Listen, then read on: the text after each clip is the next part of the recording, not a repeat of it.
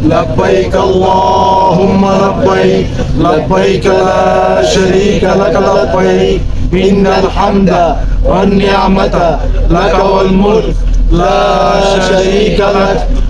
আমরা মসজিদুল হারামের উদ্দেশ্যে মসজিদুল আয়েশা থেকে এই বাস কাউন্টার থেকে টিকিট নিলাম। এরপরে আমরা বাসে উঠে মসজিদুল হারামের পথে রওনা হব। প্রিয় দর্শক, স্বাগত জানাচ্ছি গুইত আব্দুল আওয়াল জনিয়ের নতুন আরেকটি ভিডিওতে। পবিত্র হজ পালন ইতিমধ্যে শেষ হয়েছে। আর কয়েকদিনের মধ্যে সৌদি সরকার ধর্মপ্রাণ মুসলমানদের জন্য আবারও পবিত্র উমরা ভিসা চালু করবে। ফলে যারা পবিত্র উমরা পালন করতে সৌদি আরবে যেতে চান তারা সৌদি আরবে যেতে পারবেন। আজকের ভিডিওতে কিভাবে পবিত্র উমরা পালন করবেন প্রতিটি বিষয় ভিডিওতে দেখানোর মাধ্যমে আপনাদের জানানোর চেষ্টা করব। বিস্তারিতভাবে জানার জন্য না টেনে পুরো ভিডিওটি দেখার অনুরোধ করছি। পাশাপাশি ভিডিওটি ভালো লাগলে লাইক, কমেন্টস ও শেয়ার করার অনুরোধ করছি। তাহলে অনেকেই জানতে পারবেন এবং উপকৃত হবেন। ভিডিওতে দেখুন বিস্তারিত। উমরা শব্দের অর্থ ইচ্ছা করা, পরিদর্শন করা ও সাক্ষাৎ করা। হজের সময় ছাড়া অন্য যে কোনো সময় পবিত্র কাবাঘরে তাওয়াফ সহ নির্দিষ্ট কিছু কাজ করাকে ইসলামের পরিভাষায় উমরা বলা হয়। পবিত্র কাবাঘর 7 বার প্রদক্ষিণ করাকে তাওয়াফ বলা হয়। উমরার অন্যতম ফরজ হচ্ছে তাওয়াফ করা। পবিত্র কোরআনে আল্লাহ তাআলা উমরা পালনের নির্দেশনা দিয়ে বলেন, আল্লাহর জন্য হজ ও উমরা পূর্ণভাবে আদায় করো। সূরা বাকারা আয়াত নম্বর 196। পবিত্র উমরা পালনের নিয়মগুলো তুলে ধরছি। উমরার প্রধান 4টি কাজ হলো ইহরাম পরা, পবিত্র কাবাঘর তাওয়াফ করা, সাফা মারওয়ার মধ্যবর্তী স্থানে 7 বার সাই করা, মাথা মুন্ডন বা চুল ছোট করা। ইহরাম পরার নিয়ম। ইহরাম পরিধানের আগে সব ধরনের শারীরিক পরিচ্ছন্নতা অর্জন করতে হবে, যেমন হাত পায়ের নখ কাটা, গোফ, চুল ও নাভির নিচের লোম পরিষ্কার করা ইত্যাদি। ইহরাম পরিধানের আগে ফরজ গোসলের মতো করে গোসল করা সুন্নত। তারপর মাথা বা দাড়িতে সুগন্ধি লাগানো। এরপর ফরজ নামাজের ওয়াক্ত হলে ফরজ নামাজ আদায় করবেন, অন্যথায় ওযুর সুন্নত হিসেবে 2 রাকাত নামাজ আদায় করবেন। নামাজের পর কিবলামুখী হয়ে ইহরাম পরিধান করবেন।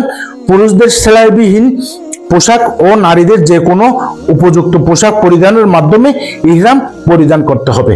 ইহরামের জন্য নির্দিষ্ট স্থান মিকাতে আসার আগে উমরার নিয়ত করতে হবে এবং ইহরাম পড়তে হবে। এরপর তালবিয়া পড়তে হবে। বাংলাদেশ থেকে যারা প্রথমে মক্কায় যাবেন তারা বাসা কিংবা হজ ক্যাম্প থেকে ইহরামের কাজ সম্পন্ন করে নেন। উমরা করার জন্য অবশ্যই আপনাকে মক্কার বাইরে থেকে ইহরাম সম্পন্ন করে মক্কায় প্রবেশ করতে হবে। আপনি যতবার উমরা পালন করবেন ঠিক ততবারই আপনাকে মক্কার বাইরে গিয়ে ইহরাম সম্পন্ন করতে হবে। সেক্ষেত্রে আমি প্রতিবার উমরা মসজিদ হিসেবে পরিচিত মসজিদে আয়েশায় গিয়ে এবং মদিনা মুনাওয়ারা থেকে ফেরার পথে মিকাত মসজিদ থেকে ইহরাম পরিধান করে 2 রাকাত নামাজ আদায় শেষে ইহরামের দোয়া পড়ে মোনাজাত শেষে মসজিদুল হারামের দিকে রওনা হয়েছি। ইহরামের দোয়া। ইহরামের সময় উমরার নিয়ত করে এই দোয়া পড়তে হয়। উচ্চারণ হচ্ছে, আল্লাহুম্মা ইন্নী উরিদুল উমরাতা ফাইসিরহালি ওয়া তাকাব্বালহা মিন্নি।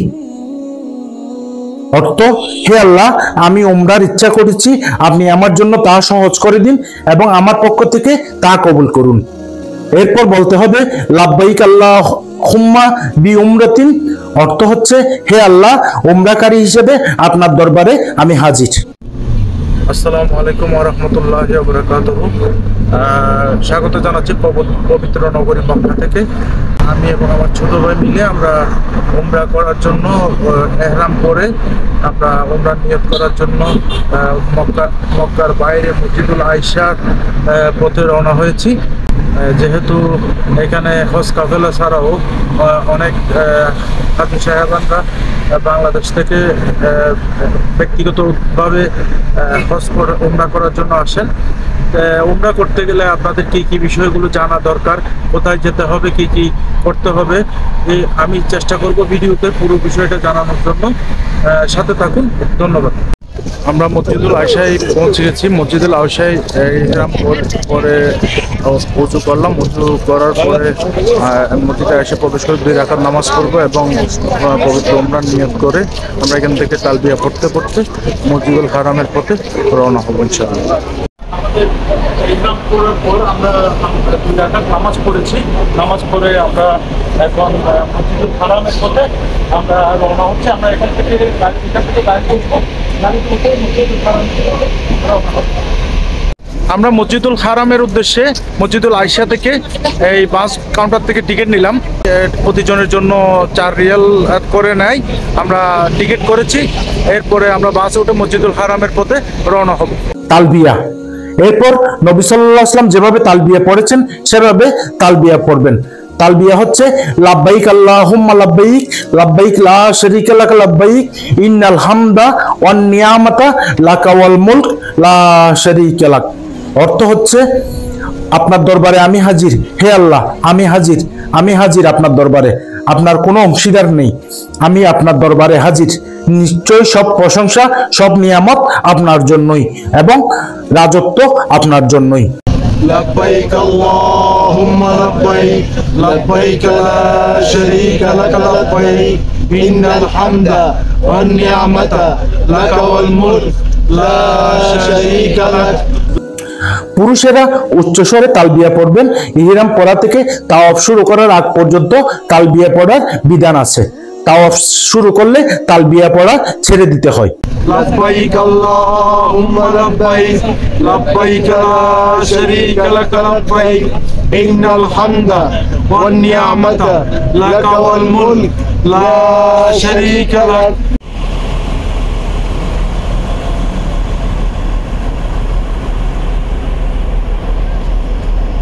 মসজিদুল আয়সা থেকে আমাদেরকে বাস জবলে কাবায় নামিয়ে দিয়েছে। আমরা মসজিদুল হারামের পাশেই জবলে কাবা। আমরা জবলে কাবা থেকে হেঁটে মসজিদুল হারামের পথে রওনা হচ্ছি। আমরা জবলে কাবা গাড়িতে নেমেছি এবং জবলে কাবা থেকে আমরা হেঁটে হেঁটে মসজিদুল হারামের দিকে যাচ্ছি। ইহরাম পরা অবস্থায় যা যা করা যাবে না সেগুলো একটু জেনে নিন। ইহরাম পরা অবস্থায় সেলাইযুক্ত কাপড় বা জুতা ব্যবহার করা যাবে না। মাথা ও মুখ ঢেকে রাখা যাবে না। চুল কাটা বা ছিঁড়ে ফেলা যাবে না। নখ কাটা যাবে না। ঘ্রাণযুক্ত তেল বা আতর লাগানো যাবে না। এছাড়াও স্ত্রী সহবাস অথবা যৌন উত্তেজনামূলক কোনো আচরণ করা যাবে না। ঝগড়া বিবাদ যুদ্ধ করা বা শিকার করা যাবে না। চুল দাড়িতে চিরুনি বা আঙ্গুল করা যাতে ছেঁড়ার আশঙ্কা থাকে এরূপ কাজ করা যাবে না। এছাড়াও শরীরে সাবান লাগানো যাবে না। উকুন, ছারপোকা, মশা মাছি সহ কোনো জীবজন্তু হত্যা করা যাবে না। যে কোনো ধরনের গুনাহের কাজ করা যাবে না। এবার জানাচ্ছি তাওয়াফ করার নিয়ম। পবিত্র কাবাঘর 7 বার প্রদক্ষিণ করাকে তাওয়াফ বলা হয়। উমরাকারী প্রথমেই মসজিদুল হারামে ডান পা দিয়ে প্রবেশ করে দোয়া পড়বেন। এরপর তাওয়াফ শুরু করার জন্য হাজরে আসওয়াদের দিকে এগিয়ে যাবেন। ডান হাত দিয়ে হাজরে আসওয়াদ স্পর্শ করবেন এবং চুমু খাবেন। যদি হাজরে আসওয়াদে চুমু খেতে না পারেন তাহলে হাত দিয়ে স্পর্শ করবেন এবং হাতে চুমু খাবেন। যদি হাত দিয়ে স্পর্শ করতে না পারেন তাহলে হাজরে আসওয়াদের দিকে মুখ করে হাত দিয়ে ইশারা করবেন এবং তাকবীর বলবেন, কিন্তু হাতে চুমু খাবেন না। এরপর ডান দিক ধরে চলতে থাকবেন। পবিত্র কাবাঘরকে বাম দিকে রাখবেন। যখন রুকনে ইয়েমিনিতে হাজরে আসওয়াদের পর তৃতীয় কর্নারকে রুকনে ইয়েমিনি বলা হয়। যখন রুকনে ইয়েমিনিতে পৌঁছবেন তখন সেই কর্নার শুধু স্পর্শ করবেন। যদি স্পর্শ করা সম্ভব না হয় তাহলে তাওয়াফ চালিয়ে যাবেন, ভিড় করবেন না। এরপর হাজরে আসওয়াদের দিকে অগ্রসর হতে হতে এই দোয়া পড়বেন, রাব্বানা আতিনা ফিদ দুনিয়া হাসনাতাও ওয়া ফিল আখিরাতি হাসনাতাও ওয়া কিনা আযাবান্নার। অর্থ, হে আমার রব, দুনিয়ার আমাদের কল্যাণ দান করুন এবং আখিরাতেও কল্যাণ দান করুন এবং আমাদের জাহান্নামের আযাব থেকে রক্ষা করুন। যখনই হাজরে আসওয়াদের পাশ দিয়ে অতিক্রম করবেন তখন হাজরে আসওয়াদ অভিমুখী হয়ে তাকবীর বলবেন। তাওয়াফের অন্য অংশে যা খুশি জিকির, দোয়া ও কোরআন তেলাওয়াত করবেন। ইস্তেবা ও রমল করার নিয়ম। তাওয়াফের মধ্যে পুরুষদের দুটি জিনিস করতে হয়। এক, তাওয়াফের শুরু থেকে শেষ পর্যন্ত ইস্তেবা করা। ইস্তেবা মানে ডান কাঁধ খালি রেখে চাদরের মাঝের অংশ বগলের নিচ দিয়ে এনে চাদরের বাম পাশের উপর ফেলে দেওয়াকে ইস্তেবা বলে। তাওয়াফ শেষ করার পর চাদর আগের অবস্থায় ফিরিয়ে নেওয়া। দুই, তাওয়াফের প্রথম 3 চক্করে রমল করা। রমল মানে ছোট ছোট পদক্ষেপে দ্রুত হাঁটা, আর বাকি 4 চক্করে রমল নেই বিদায় স্বাভাবিক গতিতে হাঁটা। এবার জানাবো সাফা মারওয়ায় সাই করার নিয়ম। আমাদের বাইতুল্লাহ তাওয়াফ শেষে আমরা সাফা মারওয়া করার জন্য আমরা অগ্রসর হয়েছি। হজ এবং উমরার প্রধান একটি অনুষঙ্গ হচ্ছে সাফা মারওয়া দৌড় করা 7 বার। এটি হযরত ইব্রাহিম আলাইহিস সালামের সহধর্মিণী বিবি হাজরা হযরত ইসমাইল আলাইহিস সালামের কে কোলে নিয়ে এখানে পানির জন্য দৌড়েছিলেন এবং পরবর্তীতে ইসমাইল আলাইহিস সালাম যেখানে শুয়েছিলেন সেখানেই জমজম কূপের উৎপত্তি হয়েছে আল্লাহ তাআলার হুকুমে। সেই জমজমের পানি আমরা এখনো খাই। তো সাফা মারওয়া শেষ করার মাধ্যমে আমরা আমাদের উমরা কার্যক্রম শেষ করব। যখন সাফা পাহাড়ের কাছে আসবেন তখন সূরা বাকারার 152 নম্বর আয়াত ইন্না সাফা ওয়াল মারওয়াতা মিন শাআইরিল্লাহ পড়বেন। এই আয়াত শুধু সাই শুরুতে সাফার নিকটবর্তী হলে পড়বেন।